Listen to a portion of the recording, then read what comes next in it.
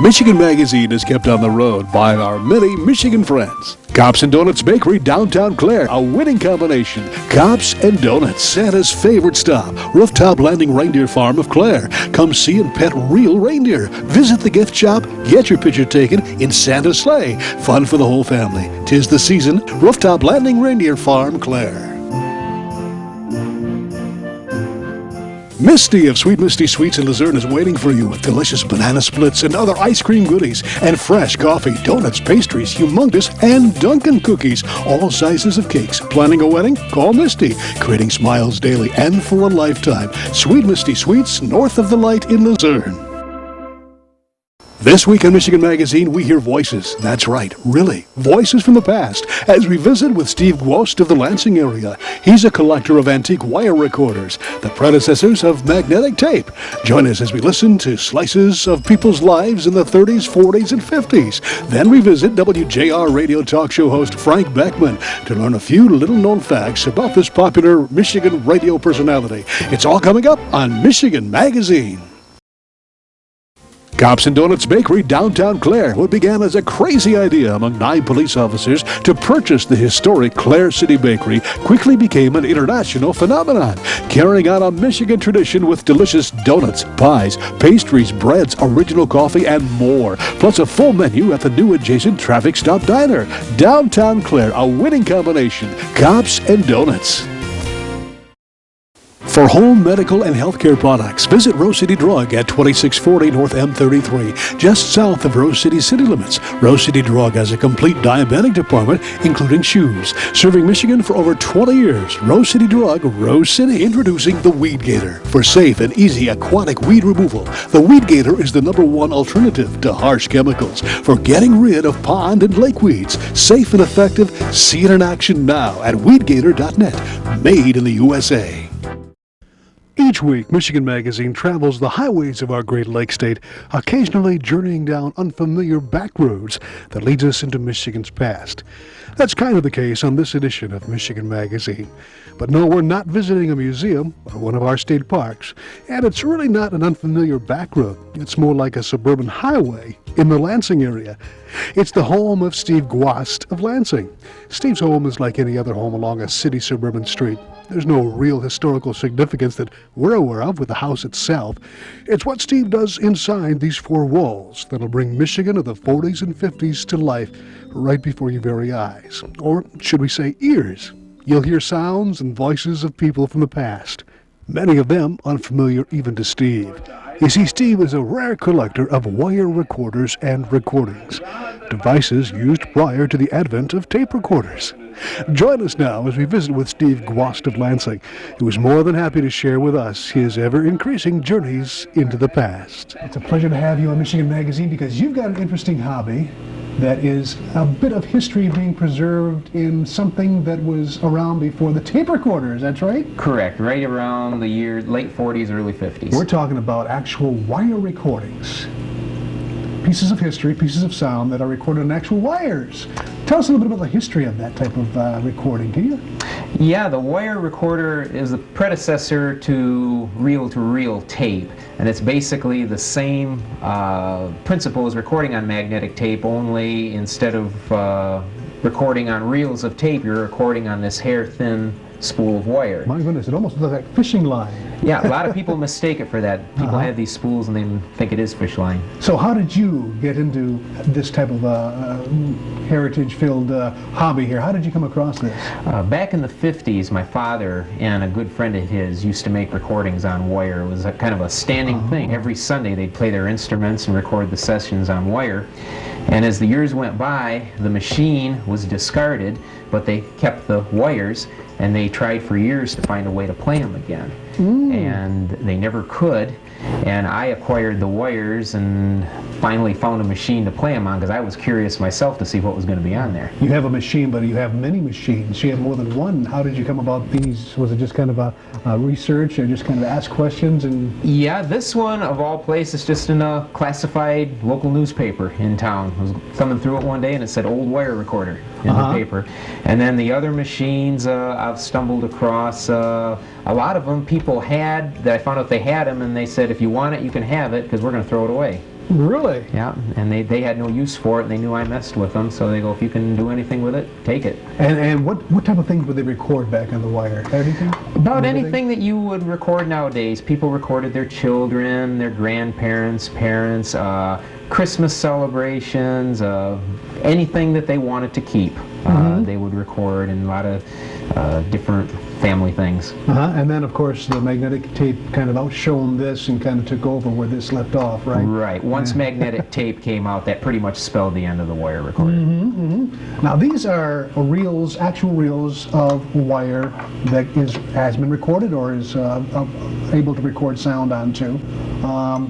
It's interesting. How big of a reel, how much sound could something like this hold? Okay, that particular spool you have there, Barry, is a 1 hour spool. That one will play for 1 hour, and there's about 1.5 miles of wire on that spool. My goodness. And they're fairly heavy. Yep. Pretty darn heavy. And as you can see, the wire is not much thicker than a hair on your head. Well, look at that.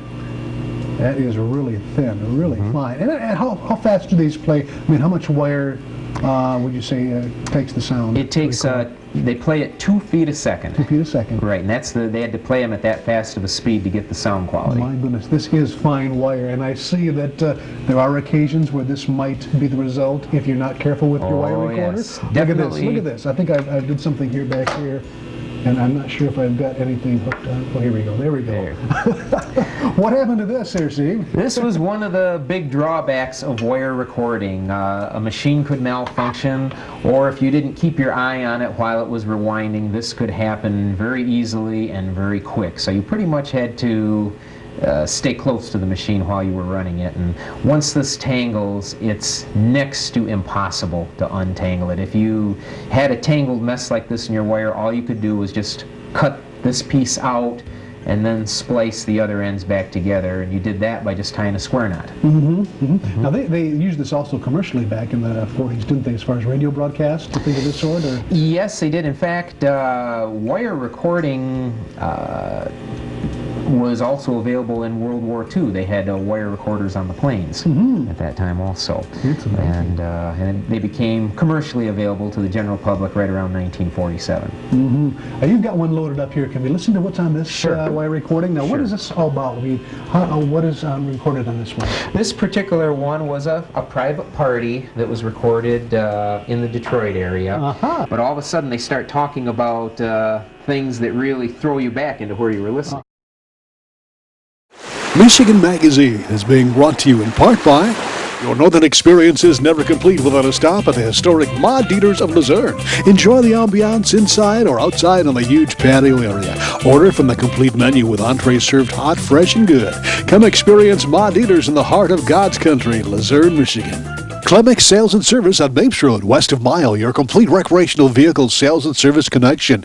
Visit their beautiful showroom of new and pre-owned ATVs, lawnmowers, power equipment, snowmobiles, utility vehicles, and more. Clemix Sales and Service is also the home of the American-made Victory motorcycle line on display at Clemix on Mapes Road, Mile.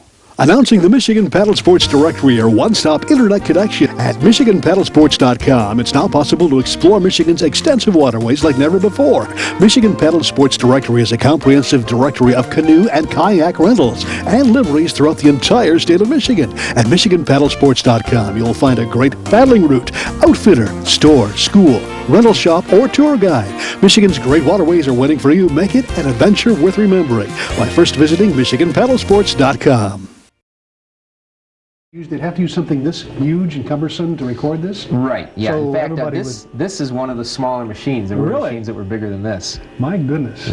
Okay, and the microphones are something like, do we have a microphone here? Yes. Okay, so when you saw something, you knew you were being recorded. I mean, it's... Right, unless they had it hidden in the other room. Okay. But, and they generally had pretty huge microphones with these machines. Okay, so now we're going to listen in on a party that was happening when? About what time? This would have been right around the year 1951, 52, roughly.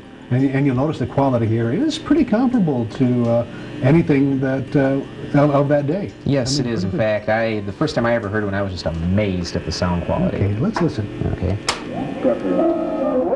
Who do you endorse? Do you endorse Eisenhower or Taft? I refuse to answer. Do you think On grounds that might incriminate do you think that Truman will be our next president again, I mean, for the 4th term? Do you think Let me ask you a question. Go ahead, Mr. Shepard. Why does a fireman wear red suspenders? Because they hold up his feet! People having fun. It does sound like they're having a good time. Now, this recorder can also play records, right? Yes, and back then all they had was 78, so it played records, but just 78 RPM. Let's take a look at this one. Now, this is a little bit smaller. I mean, is it pretty comparable to that? Or is this a portable unit? Yeah, this is basically the same type of machine. This one was more an office unit. In fact, they called it a dictating machine, actually, but it was a wire recorder. And same principle as this one over here. Yep. And have we got something on that one? yes, Okay. sure enough.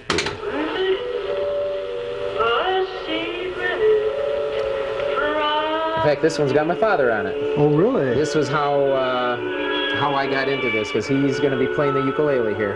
Really?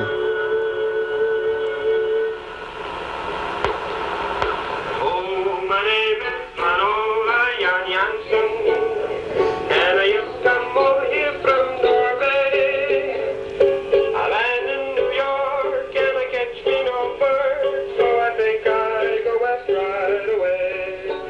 And as you can see, Barry, this piece right here that's moving up and down, that's the actual head of the machine, and it works like a sewing machine bobbin. It constantly is moving up and down, and the purpose of that is to keep that wire winding smoothly on the reels. My goodness.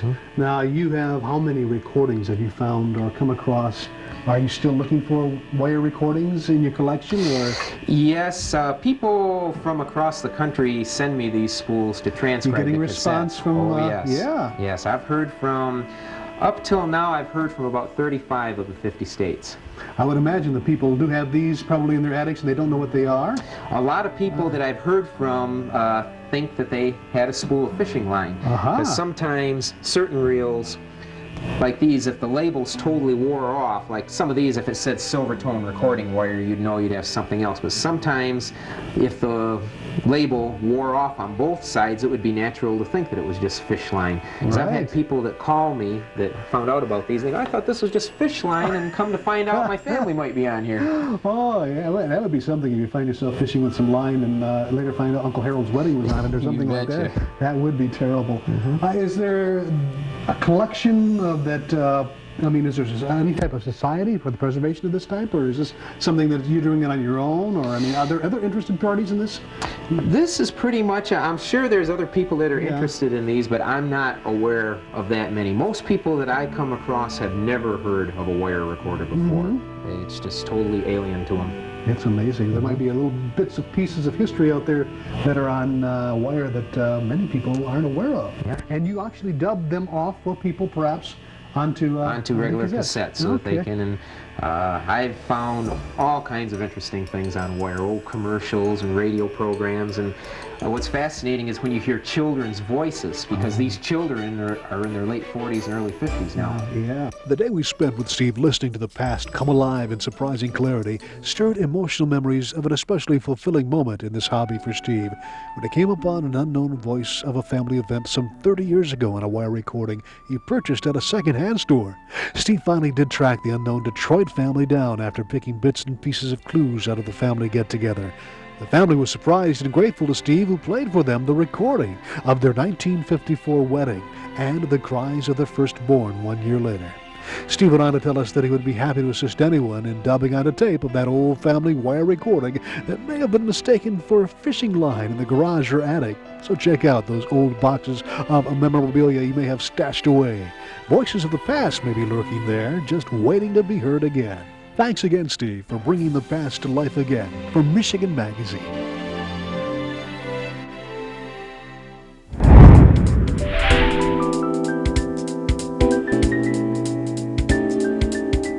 Michigan Magazine's on the road again, and we found ourselves in Detroit. Not only that, we found ourselves at the Fisher Building, and we found ourselves here at the Frank Beckman Show. And it's nice to meet you. Good to see you, Bill. All right. Well, there's a lot of things that you know. I listen to you every morning. Okay? Thank you for that. I've tried to think of different questions I'm going to ask I'm waiting Frank for the Beckman. flip side. There's a lot of things you know, but there's a lot of things you don't know. Okay, I do know that in thinking about it, I said, what am I going to ask him? I said, he knows about sports. I don't want to go there because I don't know anything about it, and I don't want to talk to him about politics. He knows everything about politics, but there's one thing that you know more than anybody else in the United States and probably in the world. That's me. And that's Frank Beckman. And that's what I want to talk about. First question, where are you from and how did you get to Michigan and what are you going to do about it? Tell me. I like the easy questions. Bill, I'm a lifer here. I mean, I've had opportunities to leave Michigan a number of times in my career, and because of family, because I just like it here. I'm comfortable here. I've always found a reason to stay. And I was born in Germany. Family came over when I was 1 year old in 1951, and they alighted to Michigan and stayed here. And this is where I grew up, in Detroit and in Warren. And I don't know any place else. I've visited every place else, and I enjoy a lot of other places, but this is home, and it always will be, I think. Well, I think it's obvious in your show because you talk about Michigan, you're aware of what's going on in Michigan, Michigan sports. I think I've been almost everywhere in Michigan. Is that right? Pretty much, yeah. All right. Haven't been to Copper Harbor. So. I guess one of the first questions I want to ask you beyond that about Frank Beckman, let me ask you, I mean, every morning you're on there, and of course you precede Rush, what's his name? Rush Limbaugh. Oh, that's his name. Limbaugh? Oh, yeah. Yeah, we build a little audience for him. You know? Yeah, you know, help him out. Let me ask you a simple question. One of your interviews that you've done, you've interviewed probably just about everybody, but can you pick one that stands out in your mind that I knew that was going to, you can take a minute and write them down if you want, but... no, that's so hard to do. That's like saying which one of your kids is your favorite, you know? That was my next question. No, I don't think I can do that. I mean, I've had so many memorable things I've done during the course of... You got to remember now, I've been at JR since 1972. Oh, wow. So I'm going to be celebrating on 9/11 as it happens. That'll be my 35th anniversary at the radio station. Is that right? After I was hired as just a young news guy. So, I mean, over the course of that time, it's been one or two conversations that are memorable, and some I'd rather forget too that I've done on the air.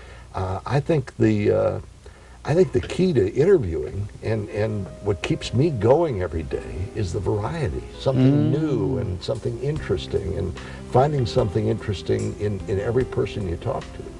And so I really find it hard to say, oh yeah, that one interview. I mean, I remember interviewing when I was doing sports rap many years ago in the 80s. Tiger Woods came to town.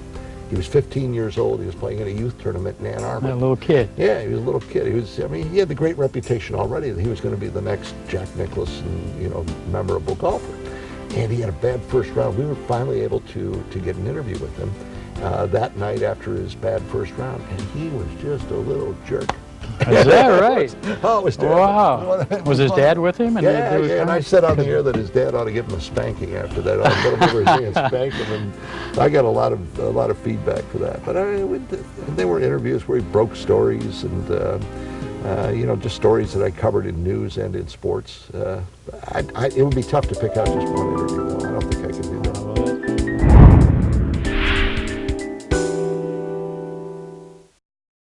Something special's cooking, hot and delicious. Indulge yourself at Morning at Maggie's in Bay City. Omelets, frittatas, hotcakes, and more. Make every day special with a stop at Morning at Maggie's for breakfast or lunch on Saginaw in Bay City. Rose Valley Winery on Beechwood Road in Rose City. See what thousands are raving about, creating a delicious variety of award-winning Michigan wines. Stop by and taste for yourself. The taste of Michigan is yours at Rose Valley Winery. Experience the beauty, artistry, and taste of Northern Michigan. Come to Amish Country Natural Products on Mount Tom Road, north of Mile, just off M33. From arts and crafts to fresh foods and vegetables, all natural, all local, all good. Stop by and get acquainted with Amish Country Natural Products, 1454 North Mount Tom Road, Mile. Thanks so much for joining us for another edition of Michigan Magazine. Once again, if you'd like more information on today's show, drop us an email at michiganmagazine@gmail.com or write us at Michigan Magazine, P.O. Box 424, West Branch, Michigan 48661. Don't forget to follow us on all the major social media outlets. For direct links, visit us at michiganmagazine.com. Have a wonderful week. We'll see you here next week for another edition of Michigan Magazine. We'd like to thank all those that help keep Michigan Magazine on the road. Cops and Donuts Bakery, downtown Clare, a winning combination. Cops and Donuts. The Michigan-made rebounding mailbox pull. Never again worry about the winter snowplow taking out your mailbox with this ingenious rebounding pull. Your mailbox takes a hit and keeps coming back year after year. Call now or visit their website, toughmailboxes.com. Hingeman Acres Canoe Livery and Resort on M33 just north of Mayo, catering to the outdoor enthusiasts. Cabins, canoes, kayaks, rafts, and more. Daytime or overnight trips along the world-famous Asaba River. A family getaway for over 75 years. Hale Hardware, your do-it center in Hale, Michigan. Much more than a regular hardware store, providing everything you need for whatever your project is, along with a knowledgeable sales staff to get her done. Serving northern Michigan since 1946. Hale Hardware, south of M65 at Ainsley in Hale.